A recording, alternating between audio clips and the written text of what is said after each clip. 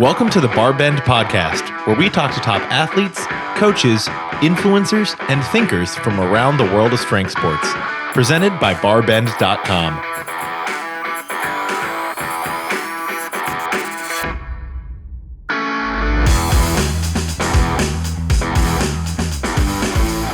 All right, today on the BarBend podcast, I'm joined by an old friend of mine and an athlete with a ton of experience at the highest levels of weightlifting nationally, internationally. Chad Vaughn, thank you so much for joining us today. Absolutely. Thank you for having me. I'm looking forward to the chat today. You know, Chad, I was originally going to introduce you in this episode as a weightlifter, as a coach and a broadcaster, then a weightlifter. But you recently stepped back onto the platform and are competing pretty regularly again. So I guess now you're a weightlifter, then a coach, then a broadcaster. Is that the right ordering? Yeah, you know, I that's a good question because I really don't know. It does seem like with the competitions that I've done this year that I have turned back into that weightlifter. You know, my wife Jody mentioned as I was training for Masters Nationals and regular Nationals, she could see me going back into competition mode, and that, you know, I think myself in competition mode. You know, leading up to the competition the weeks before, I'm probably not really very pleasant.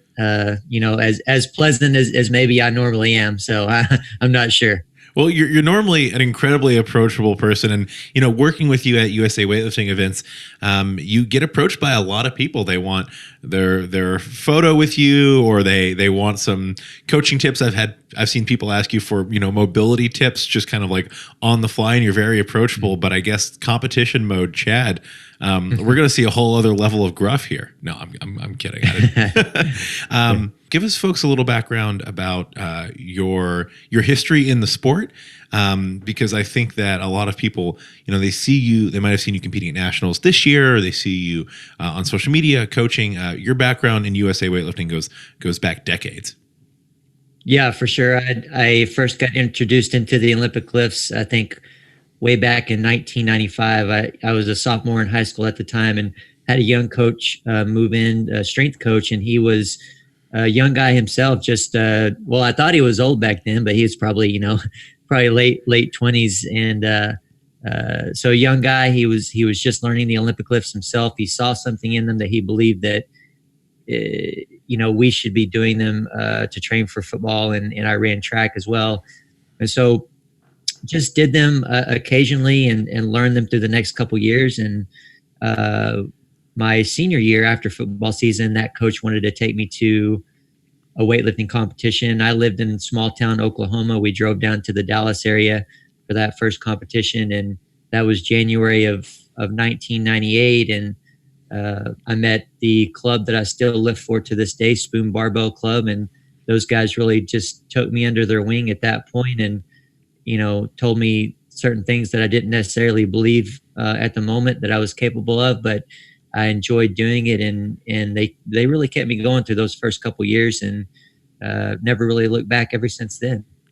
Now, you know, that's a great introduction to how you discovered the sport. And, you know, so many people who are in weightlifting today and over the past few decades have discovered the Olympic lifts through training for other sports in high school. Then they realize that they prefer just focusing on the Olympic lifts.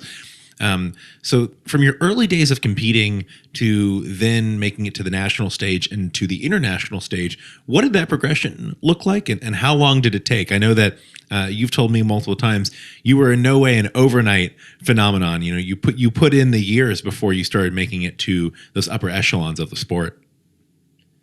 Yeah, definitely. It definitely wasn't overnight, but really when I look back on it and I look at the numbers and the years, you know, I guess it really didn't take that long. Now that I'm older, I can say that it felt like it was a long time, but you know, started training specifically for the Olympic lifts right after that competition in early 1998.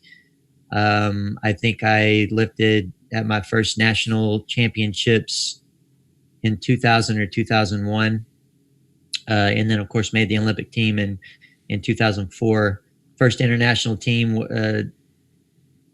I mean, the Olympics really was one of my first international competitions. I mean, I hadn't really done maybe but a handful before then, starting in very late 2002, and then through 2003, I did, maybe 3 or 4 international competitions. But it was that at that time in 1998, I was still training at school. Graduated in 1998, so up until that summer, I was training at school, but then started training just mostly by myself under my parents' carport for the next couple years, and just was coach long distance from Richard Fleming from the Spoon Barbell Club, who was in Dallas, and like I said, I was in Oklahoma at the time. But under my parents' carport, eventually moved to a shed in the back there, but got put in a lot of work on my own within those 2 years. And when I look back on it, that was really the bulk of the increase in strength that I gained. So very, very thankful for that time that I had and the coaching that I got from Richard. But yeah, that was the progression, for the first 2 years, just a lot of solo training, a lot of reps in the squat, a lot of reps in the deadlift, a lot of pressing, and of course, a lot of snatching and clean and jerking as well. But as you know, there was so much volume and just strength work that led to where I would ultimately go. So 2004, you make your first Olympic team in Athens. You also competed in Beijing in 2008 on your second Olympic team. And, even after Beijing, you were still very much at that upper level in your weight class in USA Weightlifting. I mean, I would argue you still are, but we'll get to that in a second as to your kind of recent comeback. But when did you start making the transition from being an athlete full time or as your main focus to kind of being, a hybrid coach and athlete, starting working with and developing your own lifters? Yeah, that was probably very late 2009, early 2010. I'd been introduced to CrossFit mid 2008. As I was training for the Olympic Games. Richard, who I was speaking about before, I was traveling up to see him every couple of weeks. He lived about 3 hours at now, and at the time I lived near Austin, Texas, so about a 3-hour drive from Dallas. And he had just started coaching weightlifting classes in a CrossFit gym. And so that's where he wanted me to meet him. And the first time I walked into a CrossFit gym, I knew it was a moment that would change my life. And for some reason, I knew it would direct my life in some way. And it didn't come back around until, like I said, early 2010. I started coaching weekly weightlifting classes in the CrossFit community and traveling around and doing weightlifting seminars. And so I've been doing that ever since then. And it's just kind of really pretty quickly snowballed into the level of coaching and teaching that I still do. Now, I remember when I was first getting introduced to the CrossFit community and learning about CrossFit, there were some early videos, and you'll have to remind me which year this was. CrossFit would produce videos that were movement demonstrations, and a lot of them had, kind of their in-house athletes doing thrusters and wall balls and things. But then there came a point where they started producing these beautiful slow motion, multi-angle videos to demonstrate the more complex lifts, including the Olympic lifts. And you were the model for that. And those videos were viewed, I'm sure, millions of times. What year was that when you started kind of getting involved with CrossFit on that official media side? Oh, wow. I mean, I've slept since then, so this is just a complete guess. It's probably, I'm guessing maybe 2013. But yeah, definitely a good number of years ago now. And excuse me, I was very, very honored and thankful to be a part of that. That was one of the, I think those videos that they shot of me snatching and clean and jerking were maybe the first ones that they were really experimenting and out with the new camera that they had. And that camera may be out of date at this point. I'm not even sure, but at the time they were very excited about it. And, they called me up and asked me if I wanted to come in and do that with them. And my first response was, are you wanting me to come in and coach you, video me coaching someone else? Because that's really mostly what I was doing at the time. I really wasn't training a whole lot. I definitely wasn't in shape, and definitely wasn't in the kind of shape that I would want to be in for them to want to video me. And they're like, no, you're going to demo the snatch and clean and jerk. So I was like, yeah, of course, I'm not going to turn that down. So I came in and, like I said, hadn't been lifting heavy in a while, but had a lot of fun with it. That's also got to be, as a coach, as someone who was really had made the transition from an athlete full time to really being heavily in the coaching aspect of the sport. It's got to be a bit nerve wracking because you have to think to yourself, well, my athletes are going to see this, so anything I'm telling them, any technique tips I'm giving them, I have to reflect it in these lifts that are being captured on camera. Yeah, definitely. Well, and going back and watching the videos now and then seeing them in slow motion then, and, we recorded a couple segments where I talked through those slow motions, the slow motion snatch and the slow motion clean and the slow motion jerk. But it was really confirmation for me what I had learned of myself as a coach, because, you, as athletes, we don't look at ourselves. I mean, I did a lot of watching my own videos and everything to help coach myself and help learn and to do the best I could. But I didn't really completely understand what I was doing and why until I became a coach and started trying to explain it to other people in more detail and to teach them, and having to come up with different drills and different cues and just different methods of getting those points across. Did I really go back and examine my own movement in that kind of detail as well? And, learning a few things here and there that I would maybe like to see done a little bit better with this athlete that I'm watching that is myself, and then, watching those slow motion videos and talking them through them was really confirmation of those things that I saw and I had been working on. Now, Chad, when we met and first started working together on color commentary for USA Weightlifting events, it was around early 2017. I think it was Junior Nationals 2017 in Kansas City. It was the first time we worked together in an official capacity. And since then, you were not, I think, competing very regularly then. I think you were doing some masters competitions, but since then you've made a bit of a comeback. And earlier this year, we got to see you lift at USA Weightlifting Nationals, not just Masters Nationals, but Senior Nationals, and really came very close to reclaiming your national title. When did you kind of make the decision to ramp back up to competition shape?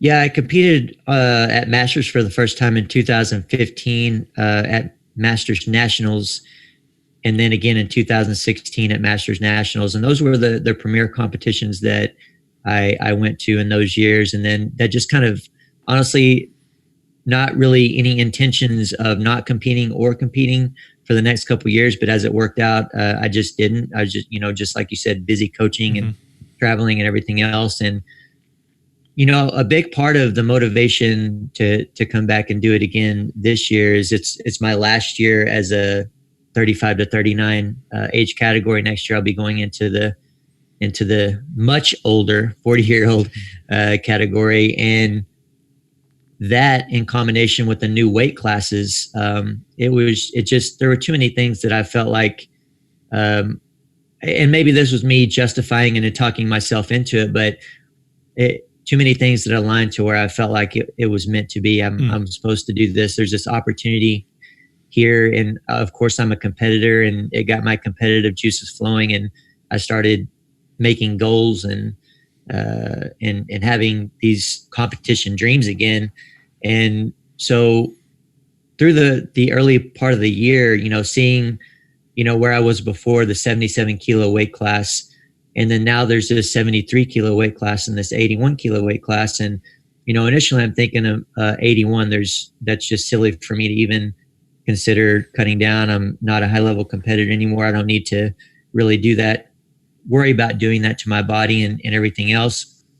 But again, because I like to experiment and I'm a very curious individual, I'm like, well, what if I did cut down to the 73? And a number of years back, I was just kind of messing around and thinking, well, what if I cut down to the 69 class just for an experiment? Of course, I was never brave enough to do that, but 73, is it possible? And so we do a little competition at our gym, and it was honestly put together mostly so I could qualify and experiment with the 73 class. But we made a good day out of it. Our athletes got involved and everything. Everyone had fun. But I was able to get down to the 73 weight class. I'm not going to say easily, but way more easily and way more comfortably than I thought I would. And so I thought, all right, this is what I'm going to do. I'm going to go to Masters and see if I can get set the American records. Things went well enough there, and I got in good enough shape there where I started looking at numbers for the regular national competition. And so regular nationals was in the back of my mind, but I really did not intend to do it until the last couple of days before registration deadline came. And I didn't even look at who was registered or anything else until that last day before. And looking at those numbers and being, like I said, the shape that I was in just coming off of Masters, I just felt like everything aligned, and I felt like this is right here in front of me. If I don't try to do this, I'm going to regret it.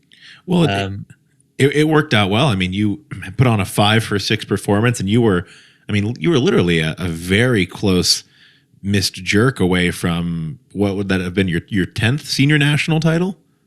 Yeah, and that number 10, such a good even round number, and I, of course, hanging out with Cheryl Hayworth all the time, she likes to make fun of me for only having 9 national championships, and she has 11. Well, so, hers were consecutive, which she also likes to remind you about. Yeah, every time she says it, she will not say that it's consecutive, but so definitely that number 10 was a huge motivating factor. And it made sense in my mind that, I'm not sure if this is going to happen, but it makes sense that it will happen because, it makes, to me, in my mind, again, I'm just telling myself the story that it makes such a good story to come back after all these years and to win number 10. And ultimately, of course, it wasn't in the cards, but man, I had a lot of fun training for the event.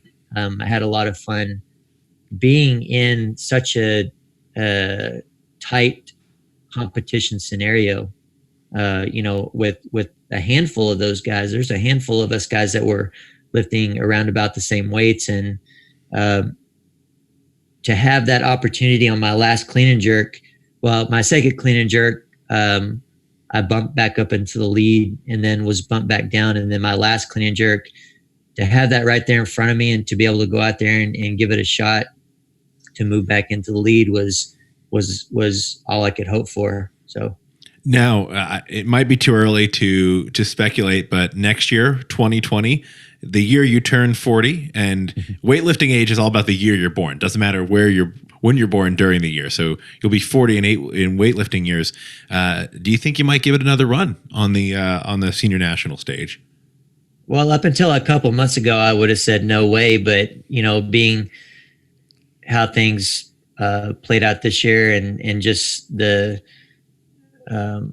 year that it is. And I don't know, it's hard to say because I don't really completely feel good about competing depending on who shows up. You know what I'm saying? Like I just, and I did this year, a little bit of my decision to compete was because obviously CJ wasn't there. If CJ's there, then there, I have far less of a chance to win number 10. So that's a little bit hard for me to wrap my mind around, and I can't completely justify it. But at the same time, if there's an opportunity there, I mean, we compete to win. That shouldn't be the only reason we compete, but a big reason why we compete is to win. So if there's that opportunity there, then it would be hard to turn it down again. Now, if you compete against, I would absolutely love to see a Chad Vaughn versus CJ Cummings weightlifting battle, but I do think there's got to be some sort of like grace points there, or maybe a handicap there. I think for every year of the age difference, you get to add 1 kilo onto your total. I think that's only fair. I don't know. Even if we use the Sinclair and the Metzler formula for age, I'm still not sure I can get anywhere near beating CJ. But yeah, he's incredible.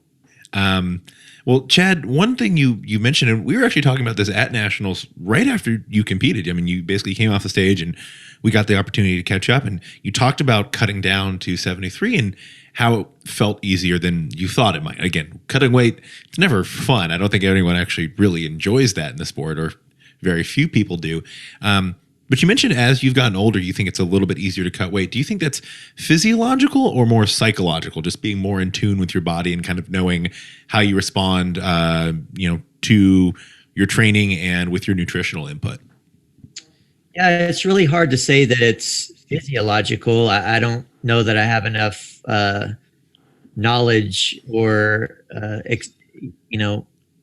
I guess knowledge to say that I can guarantee that I can confirm it's physiological, but I'm confident that there's a psychological component to it. And I think there's also a big skill component to it as well, and then obviously, being dedicated to that goal and what you're trying to achieve there, and disciplined, and what you're eating and what you're doing leading up to the competition is a big part of it too. And that's all wrapped inside of that skill component of it. But more than physiologically, my mind goes to its psychological and skill, and mostly skill, I think. That makes a lot of sense. How else has your training evolved as you've gotten older, both, in the natural aging process of the body, but also in what you've learned as a coach and with, decades of experience under your belt as an athlete? How does your training now look for a meet compared to how it looked, when you were lifting, 15 years ago? Sure. Well, I learned how to program from Richard Fleming, who I mentioned earlier. And I always felt like he was very good at it. And after I learned from him at a very young age, I'm mostly programmed for myself all these years, with some assistance here and there from him and a few other folks. And for some reason, I did make a lot of mistakes, yes, and I did at times overtrain myself, and for a couple major competitions, I kind of freaked out and changed a lot of things, whereas I shouldn't have. I should have just kept doing more of what I was doing. But for the most part, for some reason, I always did a pretty good job at it. I didn't stay away from things that I needed to work on. I was always on that. I was always getting, for the most part, the exercises and the volume that I needed. But I think what has changed for the better is even more of an ability to back off for a competition. So to really get the most out of my body that I'm physically capable of. And I think a lot of that has to do with us as athletes. We have a hard time, and programmers too, we have a hard time being okay with doing less snatching and clean and jerking when the competition gets close. Now, of course, we have to do a certain amount of it, but I have more confidence and more understanding that if I only clean, if say, for example, and this doesn't happen, but let's say I don't snatch for 3 weeks before the competition, and maybe, I'm doing other things, I'm squatting or whatever else. But if I don't do a full regular snatch, heavy snatch for 3 weeks, I'll be fine. I'm not gonna forget how to snatch and clean and jerk. I guess that's what I'm getting at. I'm not gonna forget how to snatch and clean and jerk in the time that I'm taking to really back off and truly get recovered. So, and then a bulk of my training before, like you said, 15 years ago, obviously I was pushing squats and presses and deadlifts and all that strength work as much as I possibly could, but the majority of my training was snatch and clean and jerk heavy snatches and clean and jerk. And now the majority of my training by and far is squats, deadlift, and presses. So it's all about really pushing that strength as much as I can, maintaining that or getting it to as high of a level as I can. And then secondary is snatching and clean and jerking, because again, just having that confidence that I know how to do it and it's not going to go away. We've talked a bit about your athletic career and a bit about your coaching career, still very much in the thick of both those things. But I did want to transition and talk for a second about your career as a broadcaster. You and Cheryl Hayworth have launched I believe it was about a year ago. It might be a little bit more. You launched the USA Weightlifting podcast. It's been very cool to see that media property grow, to see the awesome guests you've had on, to see you build your audience there. What do you think is next for the USAW podcast? And, what have you learned, if anything, from being more involved on that side of the sport? Yeah, it was just a little over a year ago when we released our first recording. And the only reason I know this is because I was looking at it, knowing that we were around about the year marker there. I think it was June 22nd of last year when we released the first recording. So yeah, we've just been going very steady ever since then. I think what you can expect there is mostly more of the same. Just, Cheryl and I getting on there, covering specific topics or, specific pieces of technique and stuff like that. And then also what we've been lacking a little bit of here the last 10 to 15 recordings is getting more of our athletes and our current coaches on as guests and, interviewing some of them and, telling more about themselves and us as a community, getting to know them. But also, some of the coaches, for example, getting on and helping us cover some of those specific topics that we're talking about. So it's less about us interviewing them and more about them just being on as a contributor. And so that's what we're going to be doing. We've definitely learned a lot. We have the community gives us mostly good feedback and that, hey, keep doing what you're doing. We love what you guys are doing. And we're a big fan of Cheryl Hayworth. I get that a lot, which is kind of a punch to the gut, you know what I'm saying? But we've also got some really good constructive criticism. And, anytime that someone says something like that, I really very much take it to heart. And as long as it's not completely ridiculous or silly, which I can't think of any of it that was, then I work on it and I really try to apply it. And so more of the same, like I said, but definitely, just like Cheryl and I work to do in weightlifting, we're always trying to improve and be the best that we can be. So my hope is that you get better quality from us, your host, and more of what you want to hear. Is there a particular recording or guest that really stands out to you as a real highlight? I mean, you've had a ton of great guests. I'm not asking like who your favorite person was or anything like that, but any particular recording you thought was really insightful, or if there's maybe one episode for someone who's just getting into the USA Weightlifting podcast that you think really, really encapsulates the quality of what you all have been doing, what would that be?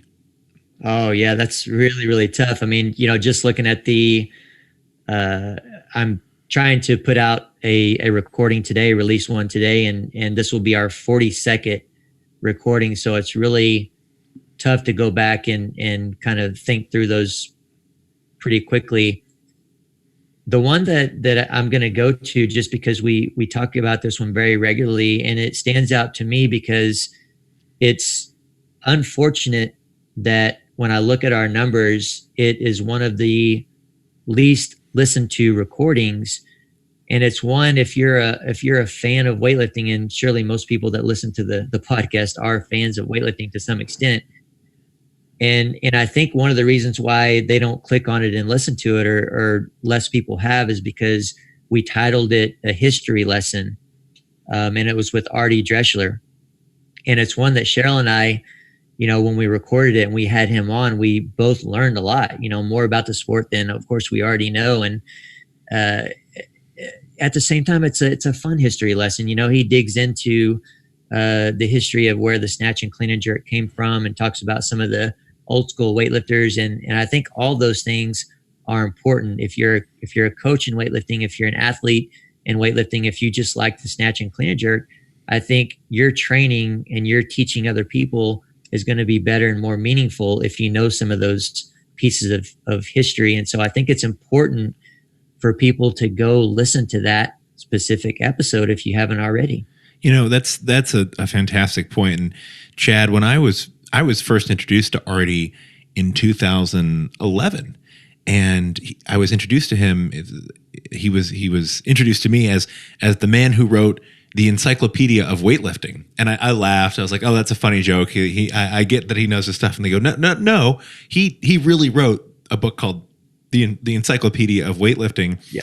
And beyond that, Artie was in his competition days. Well, his I should call it his junior competition days, because occasionally he'll still do masters meets. He was a world record holder.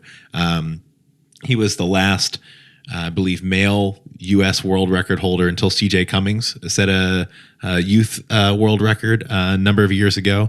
But Artie is truly, I think, one of the handful of people in the world with that literally encyclopedic knowledge of weightlifting. But it's not boring. And when he talks about topics in weightlifting, it's not going to put you to sleep. It's interesting. It's engaging, just like the history of weightlifting. And really, weightlifting as at this point, one of the more established strength sports with a long history, but it certainly hasn't been a static sport. Certainly a lot of changes that we've seen, and a lot more to come up. So definitely, if you're listening to this podcast, check out the USA Weightlifting podcast with Artie Drexler. Really, really interesting stuff, and one that I personally enjoyed. Chad, as we kind of dive in, or at least cross off these topics we'd chatted about before this podcast that we wanted to cover, I do want to make sure you have a second to talk about where folks can keep up to date with the work you're doing, the kind of organizations you're working with as far as coaching weightlifting and seminars, and then any tips you might have listeners who would either be interested in working with you in a coaching and athlete capacity, or just learning more about Chad Vaughn. Yeah, for sure. Well, like we mentioned before, the USA Weightlifting podcast is a great place to find myself and Cheryl Hayworth, of course. And we try to get on there on a weekly basis, where our average is probably 3 recordings a month is what we release. And as mentioned before, it's all about technical aspects of weightlifting and interviewing some other key characters in the sport as well, to try to deliver information in that regard. Keyword characters. Yeah, definitely. Yeah, they're usually all very character-like. There's no doubt about it. But then, of course, my big thing on social media is Instagram. You can follow me there at Ollie Chad, and I know some people will yell at me for saying Ollie. A lot of people are like, it's Ollie Chad. I'm like, well, I came up with the name, so I think I can call it Ollie Chad if I want. But it's OLYCHAD. And I spent a good amount of time trying to create content and keep content posted on that specific channel. I put out videos with voiceovers, and some of my closest acquaintances and friends will make fun of me all the time for the amount of arrows that I draw on those videos. But there are arrows and circles and stuff like that to really try to make the points that I'm trying to get across more powerful. And I think that has been helpful, and I've gotten good responses from that. I actually learned how to do that from Dr. Aaron Horschig from Squat University. And so him and I work together a lot as well. So you can see some of my stuff on his channel as well. Another place that him and I are working together, now that I'm on that topic, is my website, vaughnweightlifting.com. Since the beginning of this year, I've been writing regular blog posts there. And my big motivation there, of course, is to put out content on weightlifting. But basically what I've done is I've started from the very beginning. And when I say the very beginning, I mean the very beginning of where I always start when I'm teaching. And that's just with people understanding the realistic demands of weightlifting. Like, weightlifting requires a lot of mobility. Weightlifting requires you to be strong in specific areas and specific positions, and then getting into the squat after that. And so those are the places that I always start. And so since the beginning of the year, we're still working on getting through the squat, and hopefully that doesn't deter anyone. But I think we're on number 9 or the 9th or 10th blog post right now. And my hope is over time to collect enough of those to where it could be turned into a book at some point. Writing a book has been a goal of mine for a very long time, and I wouldn't say writing is easy for me. It's challenging, but I do enjoy the challenge, and I do enjoy writing very much. And so I think that's something that I'll always do and continue to do. And hopefully you guys will check that out as well. Always traveling too, to teach and to coach. Try to have about 2 trips a month. Some of those are my own Vaughn weightlifting clinics, and some of them are with Power Monkey Fitness as well. So Power Monkey Fitness is a company that delivers content in basically anything that you'll see in the CrossFit community or in CrossFit workouts. So we have gymnastics, weightlifting, running, rowing, jump rope, and so on and so on. And, we do Power Monkey Fitness Camp twice a year. It's a week-long kind of adult fitness vacation is basically what it is. But I probably missed a few things here and there, but those are the biggest things that I'm involved with. And one thing I'll say is at Ollie Chad on Instagram. I've been saying Oli Chad, but I've been corrected by the man himself. I think it's one of the most useful Instagram accounts out there. I think your Instagram account is truly one of the most useful when it comes to diving into the why behind weightlifting technique, because I think it's a lot easier. And we've talked about this on USA Weightlifting color commentary when we're live streaming events. I think it's a lot easier for athletes to internalize cues when they know the why. A coach will say, chest up, butt back, weight here, weight versus here. It means a lot more to me as an athlete, and I think it means a lot more it's easier to internalize and really utilize those cues if there's an explanation, if an athlete knows why they're doing that. And sometimes, in the middle of training, a coach can't necessarily stop everything for 30 minutes and explain the in-depth why, which is why I think your social media presence is so useful, because athletes can really identify these cues and then you explain the logic behind them.